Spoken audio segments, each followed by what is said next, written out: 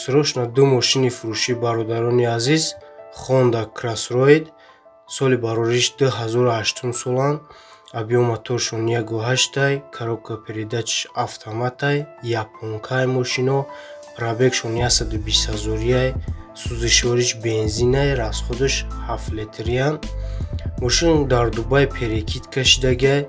Мошин қарор дорад дар шаҳри Душанбе. Нархошон 85 000 боз савдо мешавад. Номерои телефон барои тамос дар рӯи экрани шумо.